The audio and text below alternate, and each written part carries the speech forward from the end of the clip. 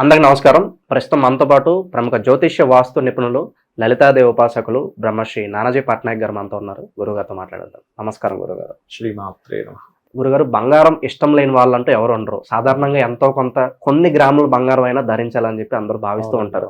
Recent గా మనం చూసుకున్నట్లయితే బంగారం ధర 1,00,000కి టచ్ అయింది.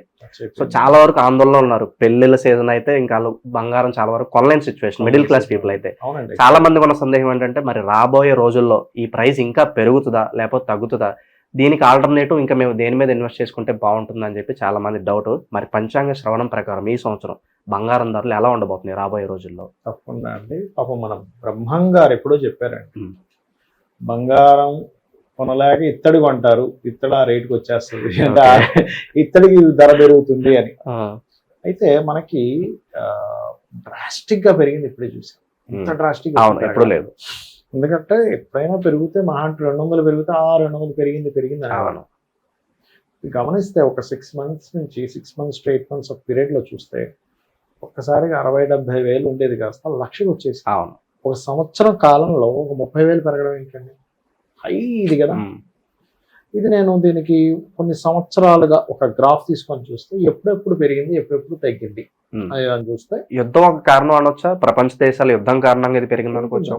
ఎందుకంటే అక్కడ యుద్ధం కారణం అవుతుంది. అంటే వాళ్ళు సేఫెస్ట్ ఇన్వెస్ట్మెంట్ ఏది అని చూసుకుంటారు. నువ్వు హ్యాండిల్ చేసుకుని తీసుకెళ్ళిపోయడం ఎలా అంటే పట్టుకుని వెళ్ళేలా ఉంటాయి చూసుకుని ఉంటారు, ఏది పెరుగుతుంది ఇవన్నీ ఉంటాయి. అయితే ఇక్కడ ఇప్పుడు చాలా మందికి ఇక్కడ డౌట్ ఏంటంటే, ఈ 1,00,000 దగ్గరే అవుతుందా లేకపోతే 1,00,000 2 లక్షలకి వెళ్ళిపోతుందా అనేటువంటి డౌట్ ఉంది. కానీ ఈ సంవత్సరంలో పెరిగినంత అయితే పెరగదండి. ఇక్కడ కొంత స్టెబుల్ అవుతుంది ఇక్కడ. ఎందుకు అంటే కేతు ప్రస్తుతం సింహరాశిలో ఉన్నాడు. ఇది కొంచెం విచిత్రంగా ఫ్లక్చువేట్ చేస్తుంది, ఇక్కడ ఆపుతుంటది ఇక్కడ.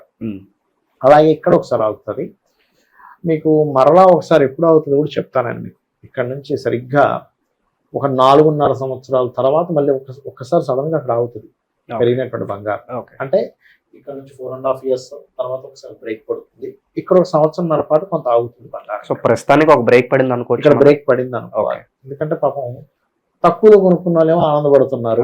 60,000 70,000 50,000 కొనుక్కుంటారు చూసారు ఒక 1.5 సంవత్సరం క్రితం, 1-2 సంవత్సరాల క్రితం కొన్న వాళ్ళు, అబ్బా ఏంటి అసలు నా బంగారం 1.5 రేట్లు 2 రెట్లు పెరిగిందని ఆనందపడే వాళ్ళు ఉన్నారు. అరే ఇప్పుడు పిల్ల చేద్దాం అంటే ఇదేంట్రా ఇంత రేటు పెరిగింది అని బాధపడే వాళ్ళు ఉన్నారు. అందుకే నేను ఎప్పుడు కొంతమందికి ఒక సజెషన్ ఇస్తాను. అమ్మ, మీ ఇంట్లో ఒక ఆడపిల్ల ఉంది, మీకు డబ్బులు ఉన్నప్పుడల్లా ఎంతో బిస్కెట్ కొనండి, చిన్నప్పటి నుంచి కొనండి అని చెప్తా. చిన్నప్పటి నుంచి రోజుకి డబ్బులు, రోజుకి ఒక 100 రూపాయలు ఎంత వెయ్యండి డిబ్బీలో. లేదా పేపర్ గోల్డ్ అని వస్తుందండి వాళ్ళ రేపు. మీకు 100 రూపాయలన్నా కొనుక్కోవచ్చు ఆ గోల్డ్, తెలుసండి. 100 రూపాయలు గోల్డ్ కూడా కొనుక్కోవచ్చు. ఇష్టం వచ్చినప్పుడల్లా కొంచెం కొంచెం కొంచెం కొనుక్కోండి, అదేమో పెరుగుతూ ఉంటుంది.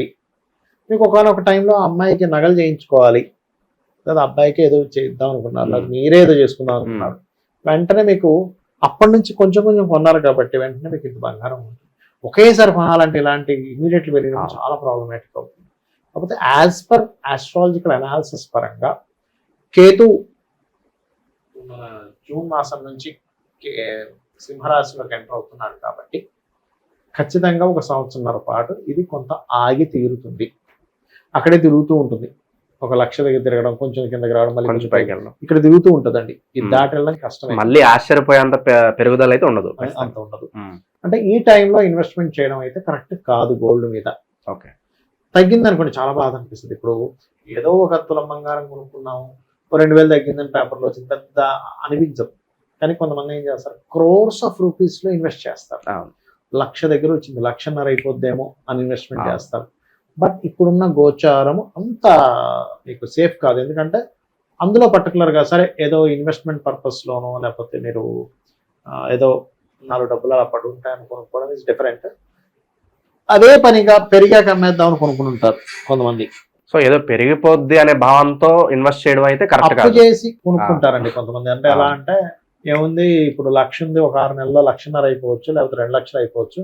అప్పు చేసి ఒక రూపాయి వడ్డీకి తెచ్చేసి 2 రూపాయల వడ్డీకి తెచ్చేస్తాను, 1 కోటి రూపాయలు టక్కని పెట్టేస్తాను, ఏముంది పెరిగాక అమ్మేసి మళ్ళీ ఆ డబ్బులు అడిగి ఇచ్చేస్తాను. అలాంటి రిస్కులు చేద్దాం. అక్షయ తృతీయ చూసాం గురుగారు, ఆ రోజు అప్పుకు తెచ్చుకున్నారు, తర్వాత రోజు మళ్ళీ తాకట్టు పెట్టేస్తున్నారు. ఆ రోజు కొనాలనే సెంటిమెంట్ బాగా ఇంజెక్ట్ చేశారు. అయ్యో, అసలు అక్షయ తృతీయ నాడు బంగారం కొనడం ఎక్కడా లేదండి. అక్షయము అంటే క్షయం కాదు. కుండ, నీటి కుండని దానిపైన ఒక మూత పెట్టి దానిలో ప్రత్యేకంగా మూత మీద కొన్ని సుగంధ ద్రవ్యాలు పెట్టి దానంగా ఇవ్వాలి. అది అక్షయ తృతీయ చేయవలసిన విషయం. విష్ణు సహస్రనామాలు చదవాలి. బంగారం కొనుక్కుంటే తప్పేం కదా, దోషమేం లేదు. చక్కగా మీకు పడి ఉంటుంది, మీకు ఎప్పుడైనా అవసరం పడుతుంది. ఇంకోటి ఏంటంటే, ఇప్పుడు అవసరం అంటే నాకు ఒక థాట్ వచ్చింది.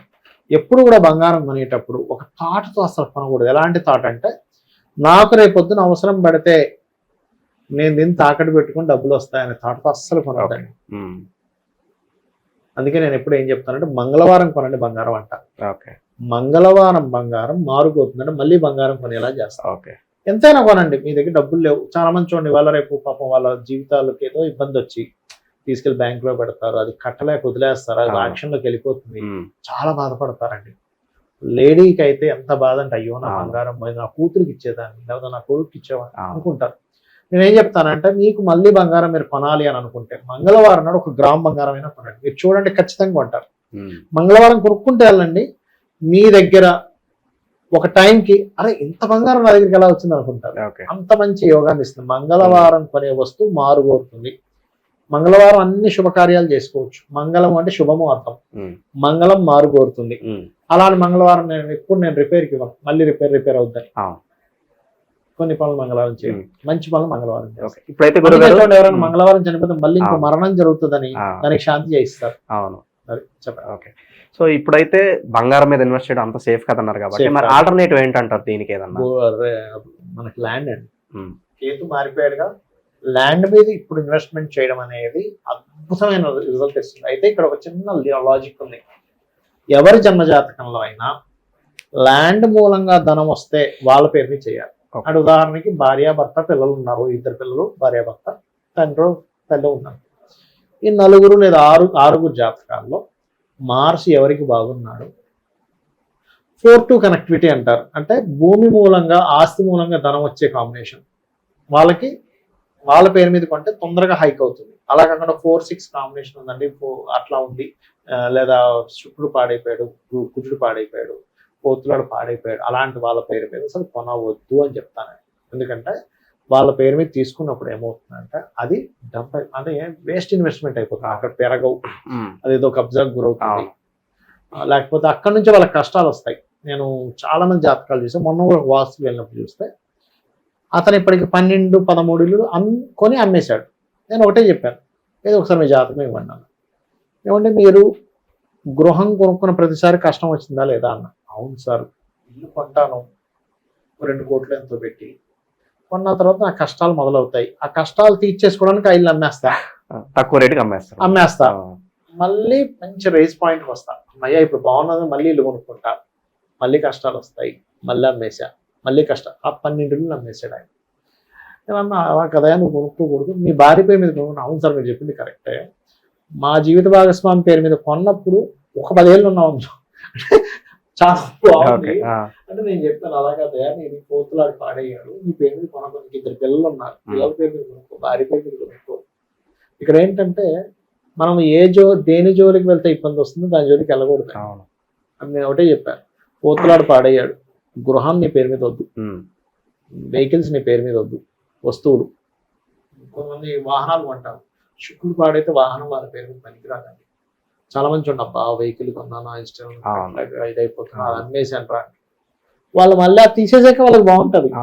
అందుకని ఏం చేయాలి, వాళ్ళ ఇంట్లో ఎవరి పేరు మీద బాగుంటుంది తీసుకోవాలి. ఇంకోటి ఏంటంటే యజమానికి ఏ డైరెక్షన్ కలిసి వస్తుంది. చాలా మందికి ఉన్నటువంటి మిత్ ఏమిటంటే, అపోహ ఏంటంటే తూర్పు ఉత్తరమే బాగుంటుంది, దక్షిణం పడమర బాగోదు అనుకుంటారు. మరి దక్షిణం పడమర రోడ్ల మీద గృహాలు ఉంటాయి, వాళ్ళందరూ పాడైపోయారా? తూర్పు ఉత్తరం అందరూ బాగున్నారా? కాదు, నీకు ఏ డైరెక్షన్ పనికి వస్తుందో చూసుకోవాలి. ఆ నుంచి అమ్మ తూర్పు, దక్షిణము, ఉత్తరం బాగుంటుంది, కాకా గగ అక్షరాలు, ఆగ్నేయము, ఉత్తరము, ఈశాన్యము బాగుంటుంది. అదేవిధంగా కక కక చచ జజ అక్షరాలను కూడా వాళ్ళ పేరు మొదటి అక్షరం అవుతుంది. చ అంటే చందన్ లేదా ఇట్లా ఉంటాయి, చ చ జ జ అంటే జానకి లేకపోతే జగదీష్ ఇట్లా పేర్లు ఉంటాయి. వాళ్ళకి తూర్పు లేదా పడమర మధ్య ద్వారము, దక్షిణం బాగుంటుంది, వాళ్ళకి ఉత్తరం పనికిరాదు చ చ జ వాళ్ళకి. ఇలా ఆ నుంచి ప్రతి వర్గుకి మనం వీడియోలు చేసాం, చూసుకోవచ్చు. గురుగారు, పనిలో పని బంగారం ప్రస్తావన వచ్చింది కాబట్టి చాలా ఏదో ఒక అవసరాల వల్ల బంగారం తాకట్టు పెట్టేస్తూ ఉంటారు, తిరిగి మళ్ళీ తెచ్చుకోలేరు. తాకట్టు పెట్టిన బంగారం తిరిగి తెచ్చుకోవడానికి మా కోసం మంచి రెమెడీ ఏదన్నా ఉంటే తెలియజేయండి, సింపుల్ గా. కోసం అడిగారుగా. తప్పకుండా. చాలా మంది ఇబ్బంది పడుతూ ఉంటారు దీని గురించి. ఫస్ట్ తాకట్టు మంగళవారం పెట్టకండి. ఒకటి, మంగళవారం వచ్చింది అయ్యా ఈ రోజు ఒక రోజు అవసరం పెట్టిన అవసరం ఉంటుంది ఎవరికైనా కూడా. ఇప్పుడు బంగారం కొనుక్కునే కాన్సెప్ట్ నేను ఇందాక అదే మాట అన్నా. మీరు కొనేటప్పుడే నాకు అవసరం వచ్చినప్పుడు అమ్ముకుంటా తాకట్టు పెట్టుకుంటా అనే కాన్సెప్ట్ తో కొంటే మీరు ఆలోచనతో కంటే అదే జరుగుతుంది.